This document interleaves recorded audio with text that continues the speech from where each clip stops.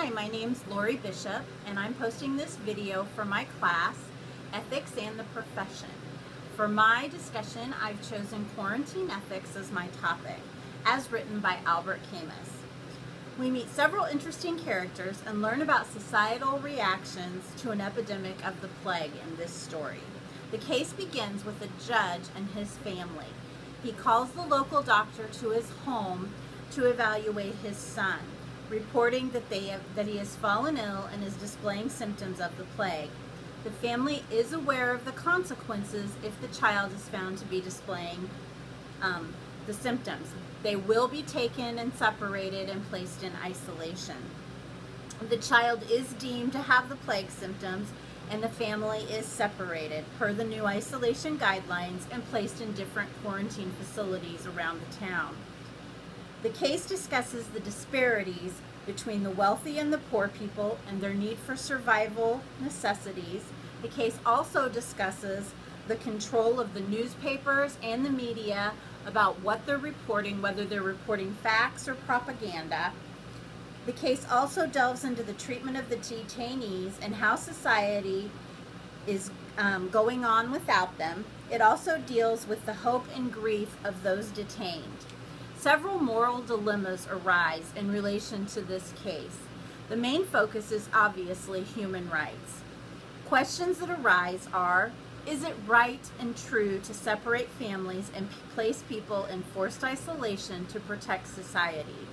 Should the newspaper and media be forced to report facts, and should their reports be controlled to keep society's resolve in check and morale high? Should a disparity in resources dictate who gets necessary goods? Does society owe the detainees reasonable, respectful, humane treatment?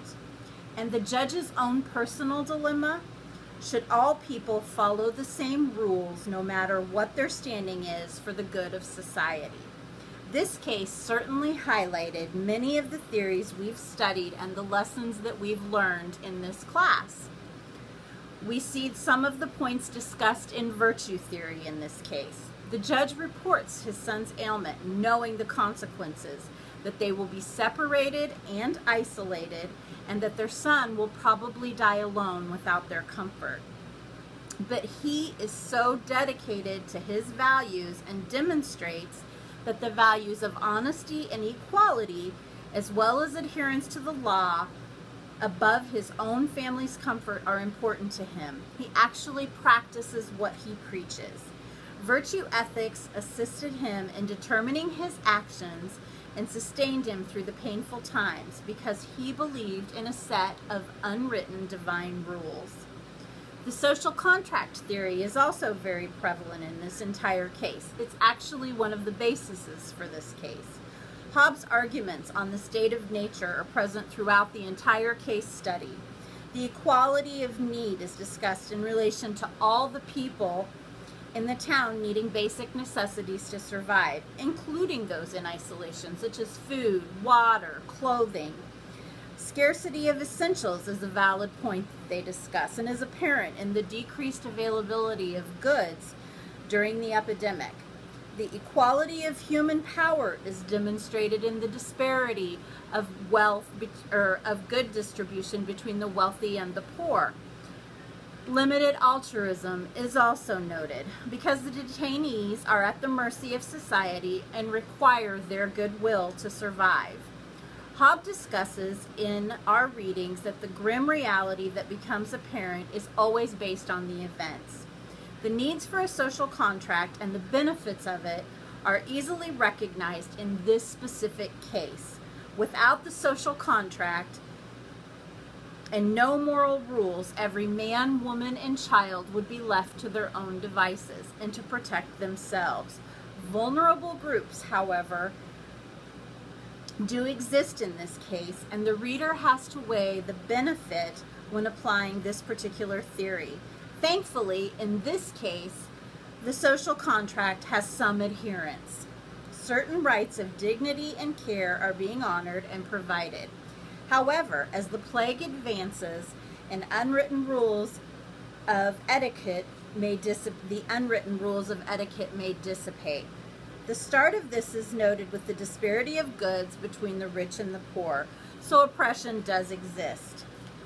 If we view the case from the utilitarian standpoint, we must examine the happiness of all those that are involved and define the actions that maximize that happiness. The argument can be made under this theory that isolating the sick or exposed protects the greater amount of society, and therefore happiness is maximized in that case, which we assume is the greater number. All actions must be looked at with that bearing in mind.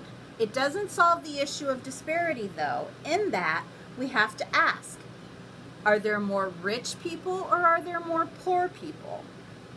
And vice versa. The same arguments against utilitarianism arise in this case. Whose happiness is more important? Will that change over time as the circumstances change? Are the actions only providing short-term happiness and protection? Based on the limited information that were provided in the case, it seems that the isolation of the few people benefits the many and may over time benefit the families of those exposed, therefore maximizing happiness for the greatest number and doing the most good. My personal approach to this case would be a combination of the theories we've discussed. As society and the events evolve, so would my actions. The merits of each action must be weighed on the basis of the greater good, in my opinion.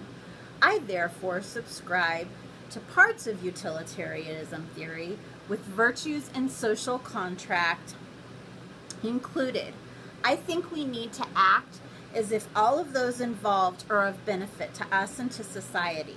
This situation is obviously beyond their control.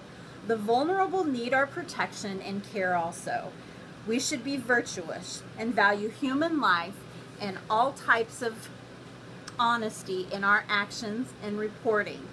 People should not be fed propaganda to boost morale. They should be allowed to decide based on facts.